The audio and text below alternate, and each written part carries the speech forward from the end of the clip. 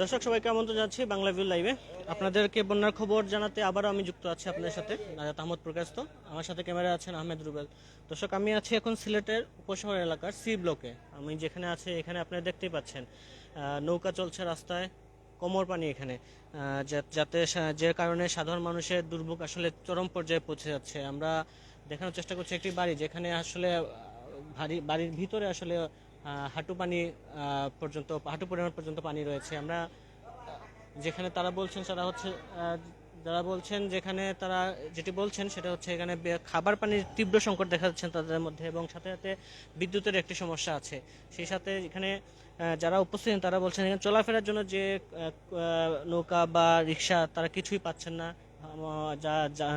মাঝে মধ্যে যা পাচ্ছেন সেটি হচ্ছে অনেক বেশি ভাড়া দিতে হচ্ছে। আমরা কথা বলবো একজনের সাথে, একজন রিক্সা ড্রাইভারের সাথে যিনি আছেন আমাদের সাথে। আচ্ছা, এখানে রিক্সা ভাড়া আসলে কেমন? পানি আসলে কেমন এখানে? এখানে আটু উপরে পানি।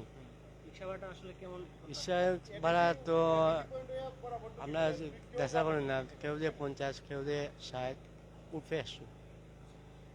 ধন্যবাদ।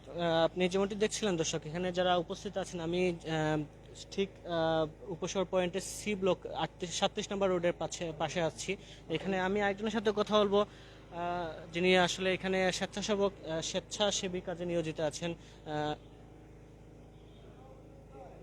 কথা হলো আসলে আপনি তো স্বেচ্ছাসেবকের কাজে নিয়োজিত আছেন। আসলে এখানে পানি আর বিশুদ্ধ পানি আর কি কি সংকট আছে বিশুদ্ধ পানি?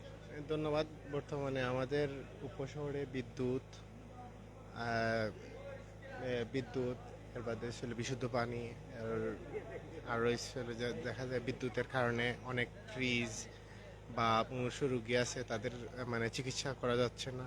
আরও বিভিন্নভাবে প্রবলেম হচ্ছে, যা ছিল পানি বিশুদ্ধকরণ এর মতো কোনো কিছু